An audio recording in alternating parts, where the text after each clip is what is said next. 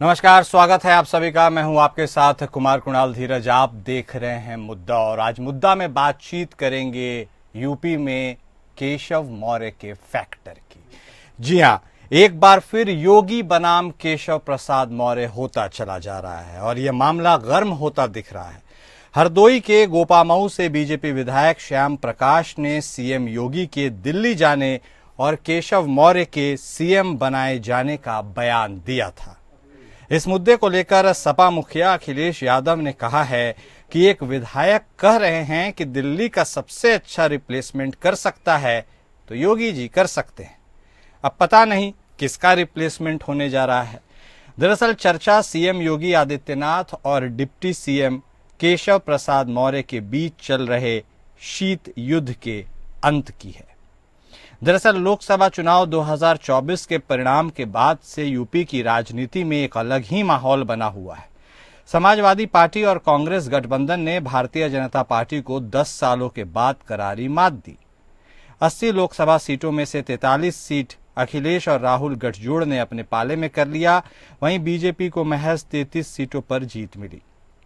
UP में BJP को मिली करारी हार के पीछे जिम्मेदार कौन, इस सवाल का हल निकालने का प्रयास शुरू किया गया। इसके बाद डिप्टी सीएम केशव प्रसाद मौर्य ने जब भाषण दिया तो विवाद की वजह बन गया।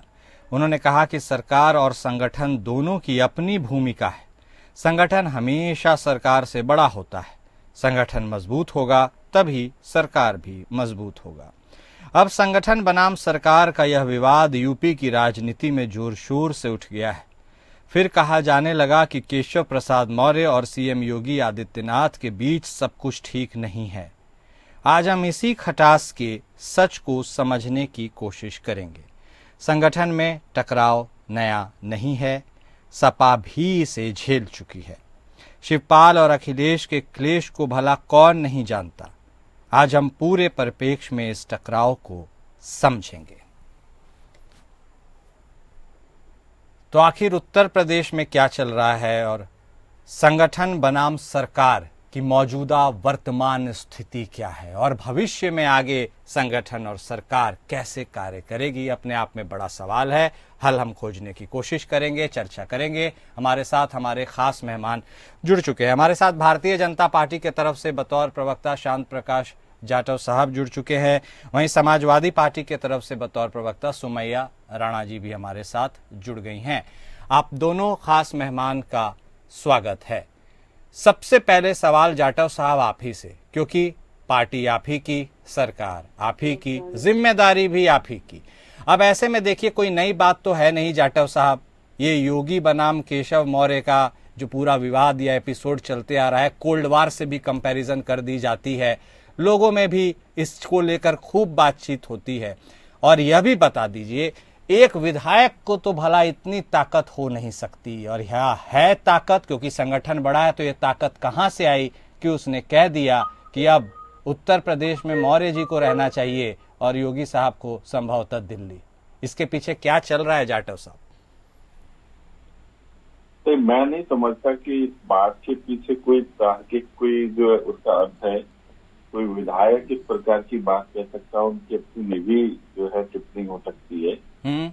भारतीय जनता पार्टी जो है पूरी तरीके से एक लोकतांत्रिक व्यवस्था है। यहाँ पर सब चीज जो है लोकतांत्रिक व्यवस्था से होता है। या कहीं भी किसी भी प्रकार से किसी के प्रभाव में, जैसे समाजवादी पार्टी है उस तरीके से ये पारिवारिक पार्टी जो है नहीं।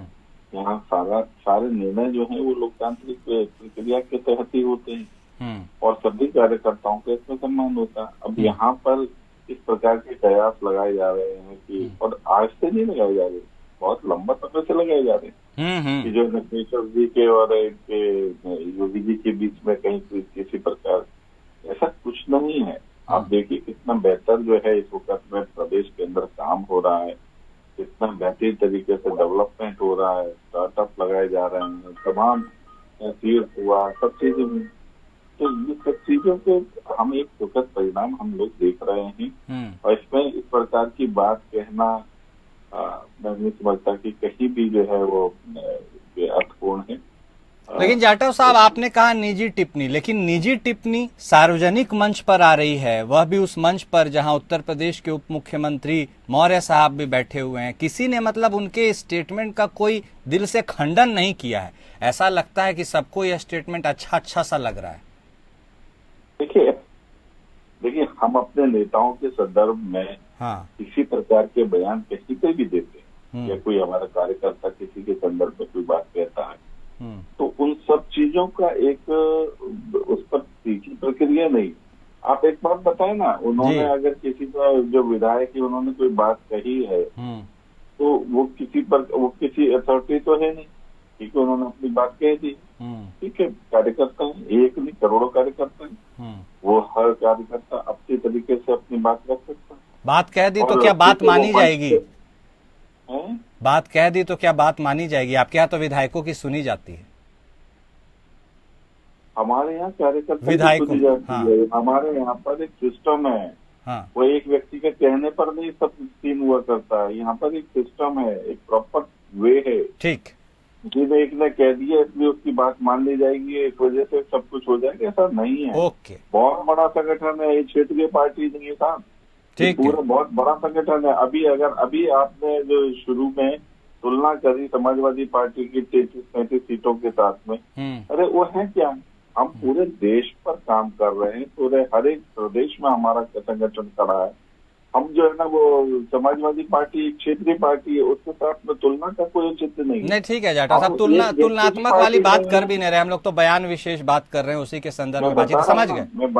समझ गए आ रहे आपके पास आ रहे राणा साहब, आ रहे जाटव साहब। राणा जी भी हमारे साथ जुड़ी हुई हैं, उनसे भी 1 मिनट ओपनिंग कमेंट ले लेते हैं, फिर आपके पास आएंगे। राणा जी, आपको लगता है कि अब ये जो टीका टिप्पणी का माहौल शुरू हो गया है, शुरू तो काफी पहले से हुआ था, लेकिन दबे स्वरों में बातचीत होती थी, अब सार्वजनिक मंच से भी विधायक ये कहने लगे हैं, आपको लगता है क्या उत्तर प्रदेश में योगी जी का टाइम अब पूरा हो गया है, या it is too early to comment? बिल्कुल, देखिए, जब से 2024 में जब लोकसभा चुनाव हुए और उसमें समाजवादी पार्टी का पीडीए हिट हुआ, उसके बाद से भारतीय जनता पार्टी में बहुत ही कोलाहल मचा हुआ है। ये इस स्थिति को समझ रहे हैं, क्योंकि इन्होंने जो नारे दिए थे, सबके साथ, सबका विकास और सबका विश्वास जी, वो पूरी तरीके से फ्लॉप हो गया और कहीं पे धरातल पे दिखा नहीं। समाजवादी पार्टी का पीडीए, जो हम पिछड़ा दलित अल्पसंख्यक की बात कर रहे थे, वो लोगों तक पहुंचा, लोगों ने उसको एक्सेप्ट किया और उसका नतीजा ये निकला कि समाजवादी पार्टी देश की तीसरी बड़ी पार्टी बनकर के उभर गई जी। और ये सब कुछ संभव हो पाया हमारे राष्ट्रीय अध्यक्ष अखिलेश यादव जी की लगन और एक बड़े विजन की वजह से। अब ये, क्योंकि ये तो ऐसा काम हो गया था कि जब ये अभी प्रवक्ता कह रहे थे भारतीय जनता पार्टी के कि हम पूरे देश में हैं, आप पूरे देश में हो सकते हैं, लेकिन आपका सुपड़ा कहाँ से साफ हुआ ये भी बीजेपी अच्छी तरीके से जानती है, और कहाँ से साफ हो जाएगा ये भी अच्छी तरीके से जानती है। अच्छा, जो ये लड़खड़ाहट हुई 24 में, उसका नतीजा है इस तरीके की बयानबाजी आना कि किसी को दिल्ली भेज दो, यूपी में कौन रहेगा। ये इनकी अंतरकला की शुरुआत है, यानी सामने आने की अंतरकला तो बहुत जमाने से चल रही है जी। लेकिन बहरहाल ये इनका मैनेजमेंट था कि ये उसको दबा ले जा रहे हैं, लेकिन ये अब दबने वाला नहीं है। 2027 के जो विधानसभा चुनाव है उत्तर प्रदेश के, उससे पहले ये अंतरकला पूरी तरीके से मुकरता से बाहर आएगी। और ये तो जब उसी पार्टी के विधायक ये बात कह रहे हों कि मुख्यमंत्री योगी आदित्यनाथ को जाना पड़ेगा, दिल्ली जाएं और यहाँ पर मौर्य संभाले, इसका मतलब साफ ये है कि योगी जी से उनके अपने विधायक भी खुश नहीं है और काम के नाम पे कुछ भी नहीं हो रहा है। तो कहीं ना कहीं ये जो अंतरकला है ये जायज है, और मुझे लगता है कि ये एक विधायक का दिल का दर्द नहीं है। अभी आपने ही बोला अपने वक्तव्य में कि इस पर किसी ने टीका टिप्पणी नहीं की या इससे किसी ने गुरेज नहीं किया, इसका मतलब खामोशी कहीं पर ये इस चीज की गवाह हो जाती है कि हम भी इस चीज के फेवर में हैं। तो मौन मतलब ये मौन जो है, मतलब आपको लग रहा है स्वीकार रोकती है एक तरह से संगठन में? बिल्कुल स्वीकार ना होता तो इस पे कहीं ना कहीं ऑब्जेक्शन आता, कोई ऑब्जेक्शन नहीं आया, लोग ऊब गए हैं। लोग कब तक इस चीज को खाली हिंदू मुसलमान के चश्मे से देखते रहेंगे? तरक्की चाहिए, लोगों को अपनी थाली में खाना भोजन चाहिए, जी, जी। उनको नौकरी भी चाहिए, स्वास्थ्य सेवाएं भी सही चाहिए, सुरक्षा भी चाहिए। बहुत सारी चीजें हैं जो बेसिक जरूरतें होती हैं जिनको दरकिनार करके रख के सिर्फ हिंदू मुसलमान, औरंगजेब, कब्रें खोदना, गड़े मुर्दे उखाड़ना, ये सब कब तक चलेगा? बुलडोजर बहुत दिन चला, उस पर सुप्रीम कोर्ट ने ऑर्डर किया। हाँ, वो सुप्रीम कोर्ट वाली बात तो खैर निकली है, कल हम लोगों ने चर्चा भी की थी ये उसको लेकर। लड़खड़ाहट जो है वो दिखाई देने लगी है। नहीं, ठीक है। ये सत्ता इनकी जाने की एक आहट सी आने लग गई है जो 2027 से पहले और भी ज्यादा ठीक है। तो उत्तर प्रदेश में क्या हो रहा है और क्या भारतीय जनता पार्टी और संगठन में, सरकार में सब कुछ ठीक ठाक है, यह एक बड़ा सवाल है। इसी पर हम बातचीत कर रहे हैं। इस पूरी प्रक्रिया को आगे बढ़ाते हैं। हमारे साथ हमारे खास मेहमान जुड़े हुए हैं। हमारे साथ भूपेंद्र सिंह साहब भी ज्वाइन कर लिए हैं। आप राजनीतिक विश्लेषक हैं, उनसे भी बातचीत करेंगे। जाटव साहब, तो देखिए, अब कोई बात होती है उसको हवा आप ही के पार्टी के विधायक देते हैं, जो बात नहीं भी होती है वह भी बात क्या पनप कर सामने आ जाती है, यह भी अपने आप में बड़ा सवाल है। लेकिन जिस ओर योगी आदित्यनाथ ने भी इशारा किया था, कहते कहते उन्होंने भी कहा है अपने गोरखपुर प्रवास के बारे में लेकर के, तो क्या अब यह चीज स्पष्ट होकर के सामने आएगी कि 2027 में उत्तर प्रदेश का नेतृत्व योगी साहब ही करेंगे या कोई और हो सकता है? वो तो खैर चुनाव जीतने पर निर्भर करेगा, लेकिन भारतीय जनता पार्टी की तरफ से क्या कोई फेरबदल इफ एनी संभव है? देखिए, फकत जिस तरीके से शासन चल रहा है उत्तर प्रदेश का, और वाकई सुशासन चल रहा है। आप देखिए किस प्रकार प्रगति हो रही है, तमाम तरीके से डेवलपमेंट उत्तर प्रदेश में है। एक दौर था जिस वक्त में उत्तर प्रदेश जो है केवल गड्ढों और यहाँ की जो जर्जर स्थिति के लिए पहचाना जाता था, अपराध के लिए पहचाना जाता था। आज इतना बेहतर सुशासन जो है उत्तर प्रदेश में हमें देखने को मिल रहा है। चारों तरफ सड़कों तक बहुत बेहतरीन जो है सड़कें बनी हुई हैं। किस प्रकार से तीरथ जो है उनका बेहतरीन डेवलपमेंट किया गया है। 2017 में कितने यहाँ पर वो सैलानी आया करते थे, 15-16 करोड़। आज हमारे 66 करोड़ तो केवल महाकुंभ के दौरान आ गए। इस प्रकार बहुत लोगों का देश में बल्कि दुनिया में भरोसा उत्तर प्रदेश। जाटव साहब, कमान तो कोई भी संभाले, राज तो भारतीय जनता पार्टी अगर चुनाव जीतेगी तो करेगी ना। कोई भी आदमी कमान संभाले, डेवलपमेंट यदि आपका मॉडल है तो कोई केवल योगी साहब थोड़ी करेंगे, वो तो मौर्य साहब भी कर सकते हैं। मैं वही बात तो कह रहा हूँ कि योगी जी के नेतृत्व में जिस तरीके से काम चल रहा है, तो ऐसे काम को प्रोत्साहित करते हुए हमें अपने नेताओं को पूरी शक्ति देने की आवश्यकता है। और जिस तरीके से योगी जी काम कर रहे हैं, मैं नहीं समझता कि इस प्रकार के विषय पर कहीं कोई चर्चा में कहीं भी किसी प्रकार का दम है। ठीक, केवल एक विपक्ष नैरेटिव चलवा रहा है ताकि जो है योगी जी के और यहाँ पर जो है कुछ अलग तरीके की भाषाएं बने। ठीक है, योगी जी बहुत बेहतर काम कर रहे हैं उत्तर प्रदेश में। ठीक है, बहुत बेहतर जो है उनका जो है मंत्रिमंडल काम कर रहा है, उसका स्वागत। ठीक। सुमैया जी, देखिए, आपके ऊपर ही, विपक्ष के ऊपर कह देते हैं कि नैरेटिव आप लोग चलाने लगते हैं। अब ये नैरेटिव के बारे में ही बोला गया था कि देख संविधान बदल देंगे, ये सारा नैरेटिव था। 2024 में जो हुआ, आपको इंस्टेंट फायदा मिला, माइलेज मिला, लेकिन जो उपचुनाव हुए उसमें कोई ज्यादा उसका फायदा, मोमेंटम बरकरार रह नहीं पाया। ऐसे में 2027 की राह समाजवादी पार्टी या महागठबंधन कांग्रेस के साथ यदि आप चुनाव मिलकर लड़ते हैं तो क्या राह आसान रहने वाली है? क्या 10 साल की एंटी इनकम्बेंसी आपके फेवर में जाएगी? क्या पीडीए समीकरण जो आप बात करते हैं वह आपके हित में जाएगा, या फिर यह मैसेज पहुंचाने में आपको एड़ी चोटी का जोर जनता में लगाना पड़ेगा, या सब कुछ सेट है? और देखिए, पहली चीज तो ये नैरेटिव नहीं था जी, ये बिल्कुल एक हकीकत थी। और क्योंकि भारतीय जनता पार्टी ने सत्ता में आने के बाद से हिंदुस्तान के संविधान को ताक पे रख दिया था, इसमें कोई दो राय नहीं। आज भी कोर्ट के आदेशों की अवहेलना ये सरकार की नियति है। बहुत सारे ऐसे मुद्दे होते हैं जिन पर सरकार जो है वो न्यायपालिका से ऊपर दिखाई देती है। ये जो और है ना, दूसरी जो सबसे बड़ी बात है, झूठा नैरेटिव था। एक मिनट जाटव साहब, मुझे अपनी एक मिनट जाटव साहब आएंगे आपके पास भी। बोलिए सुमैया जी। ये जिसको ये नैरेटिव कर रहे हैं, ऐसा नैरेटिव नहीं था, यही इनकी मंशा थी। विपक्ष ने मजबूती के साथ इसका विरोध किया और यही नतीजा है कि ये जनता ने कदम आपके तक काम नहीं का पहुंच विरोध पाए। किया ना, आपके नैरेटिव का जनता ने उपचुनाव में विरोध किया, आप उसको समझें। देखिए ठीक। उपचुनाव तो आपको भी मालूम है और हमको भी मालूम है कि सत्ता पक्ष का होता है। ठीक है जाटव साहब, और प्लीज जिस एक एक तरीके के करके चुनाव- सर जिस सर तरीके प्लीज। के चुनाव जीतने के लिए भारतीय जनता पार्टी गिरती है, जिस तरह सरकारी संसाधनों का गलत इस्तेमाल करती है, ये भारतीय जनता पार्टी की हार और हताशा बताती है। अगर इतने ही भारतीय जनता पार्टी को अपने कामों पर, अपने किए पर इतना ही बड़ा भरोसा है, तो फिर वो ये 2 नंबर के काम मत किया करे। पुलिस से वोटर्स को रुकवाना, वोटर आईडीज में नाम कटवाना, मरे हुए मुर्दों के वोट दिलवाना, जो जिंदा है, जो वोट डालने नहीं गए और फिर भी उनकी उंगली पर निशान नहीं है लेकिन उनका वोट पड़ गया, तो ये सब कुछ करना पड़ता है भारतीय जनता पार्टी ठीक को। है। जाहिर सी बात है, जब जमीन पर कोई काम नहीं होगा तो उसके लिए ये सब ठीक है, अब ये सारे जो ये देखिए लोगों अपने को अपने जो है, पार्टियों के चुनावी मुद्दे तो जनता जनता के बताइए। बीच लेके जाइएगा ना जाटव साहब, सुमैया जी, उसके लिए तो जनता लिटमस टेस्ट कर ही देती है। खैर अब जो भी वो बात है, बात इस संदर्भ की। देखिए भूपेंद्र सिंह साहब भी हमारे साथ जुड़े हुए हैं। सिंह साहब, ये कौन सी हवा चल रही है उत्तर प्रदेश में? भारतीय जनता पार्टी कहती है विकास की हवा है, एक तरफ से बयान आते हैं कि क्या कहीं सत्ता में परिवर्तन हो सकता है, अभी नहीं तो 2027 में सही। उसमें विधायक के कुछ बोल जिसका खंडन पुरजोर तरीके से कोई वरिष्ठ नेता उतनी बुलंद आवाज में नहीं करता। चल क्या रहा है उत्तर प्रदेश में सर? क्या योगी की राह मुश्किल है?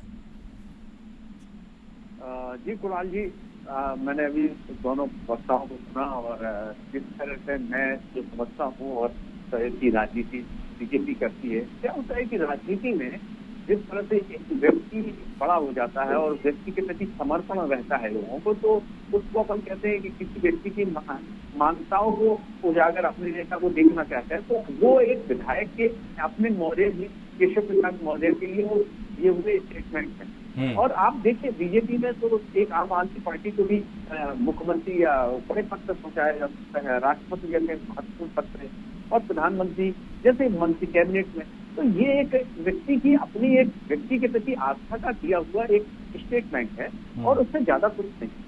और दूसरी बात, ये जो राजनीतिक पार्टियां होती हैं वो किसको नेगेटिव बनाते हैं, स्वाभाविक रूप है, क्योंकि राजनीति इस पार्टी राजनीति करने के लिए आई। लेकिन बीजेपी को जहां तक मैं समझता हूँ और बीजेपी की जिस तरह से मेरी मानता है, तो वो बीजेपी अपने संगठनात्मक है और इन चीजों को ना तवज्जो देती है और न इन चीजों के लिए कोई बड़ा नेता इन चीजें बात करता है। अब बात रही कि योगी जी की प्रमाणिकता इस बात से है कि योगी जी कि देखिए जिस तरह से लोकसभा के चुनाव हुए, तो लोकसभा में जिस तरह से संविधान बचाओ का जो इंडिया गठबंधन ने जिस तरह से नरेटिव तैयार किया था, उसके प्रतिपक्ष में बीजेपी सोच रही थी कि राम मंदिर उन्होंने बनाया इसलिए हमारे साथ जो जनता रहेगी उसमें हमारा योगदान रहा और उससे हमें अपने आप मिलेगा, तो जिससे उन्होंने ये चीज सीखी और सीखने के साथ उस चुनाव में उसमें 10 में से 8 सीटें उन्होंने जीत रखी। तो ये चीज ये आई कि बीजेपी एक ही साल में तुरंत सीट से 16 में सीट रह पाई। तो ये एक महत्वपूर्ण बात यहाँ पे है कि बीजेपी ये चुनाव लड़ती है उसका गठबंधन के रूप में लड़ती है, अपनी निष्ठा और अपनी विचारधारा के रूप में लड़ती है। आज देश में जिस तरह से बात हो रही है विकास के साथ साथ अपनी संस्कृति और अपनी परंपराओं को विजुलता की तरह आगे बढ़ाने की बात हो रही है, तो ये जो एक बात, लेकिन ये स्टेटमेंट इतना भारी नहीं है कि जिस तरह से कि पार्टी के संगठन के बड़े नेता उसमें अपना स्टेटमेंट दें या तो सिंह साहब आप इसे आइसिंग ऑन द केक नहीं मानते हैं क्या? ये स्टेटमेंट भले ही इस बार दिया गया हो, लेकिन इसकी चर्चाएं तो लोकसभा चुनाव के समय ही शीत युद्ध की हो रही थी। लोग बोल रहे थे संगठन की बात नहीं सुन रही जा रही है, सरकार यहाँ अलग चला रही है, निराशाजनक परिणाम हुआ, उसके बाद पूरी स्ट्रेटेजी बनाई गई, रीथिंक किया गया। ये सब चीजें तो पहले से हैं थोड़ा। नहीं बिल्कुल है, लेकिन ये एक व्यक्ति का एक बड़े नेता के प्रति एक निष्ठावान है, उसके भावनात्मक पक्ष है। लेकिन राजनीतिक रूप से आप देखिए 2014 और उससे पहले अटल जी के समय की जो 1980 की भारतीय जनता पार्टी है उसमें बहुत अंतर, और 2014 में तो यही है कि मोदी जी के कारण ही पार्टी निश्चित रूप से जीत के आ रही है। और मतलब ये कह दीजिए एक लाइन में सिंह साहब कि क्या प्रदेश बीजेपी में आपके नजरिए से ऑल इज वेल है यूपी में? बिल्कुल बिल्कुल, जो संगठन चाहेगा वही होगा, बिल्कुल कहीं पे भी दुर्भाव। ठीक है, बहुत शुक्रिया आप तीनों खास मेहमान का हमारे साथ जुड़ने के लिए, चर्चा में शामिल होने के लिए। तो देखिए उत्तर प्रदेश में योगी बनाम केशव, ये जो चर्चा है बहुत अरसे से चली आ रही है, इसका पटाक्षेप किस संदर्भ में कैसे निकलता है, कौन क्या समझता है, यह देखना दिलचस्प होगा। 27 के चुनाव नजदीक हैं, कौन नेतृत्व उसका करेगा उसी में सारे सवाल के जवाब निहित हैं और मिल जाएंगे। मुद्दा में आज बस इतना ही। नमस्कार।